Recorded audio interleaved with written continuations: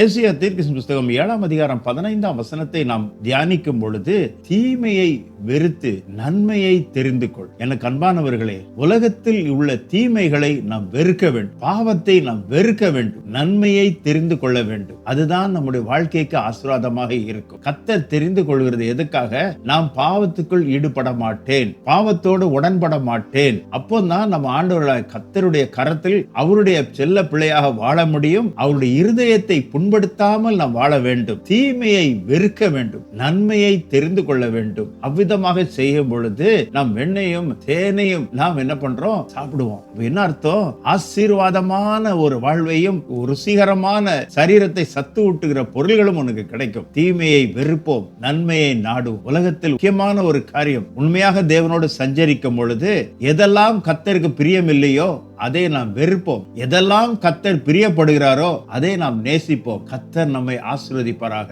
ஆமென்.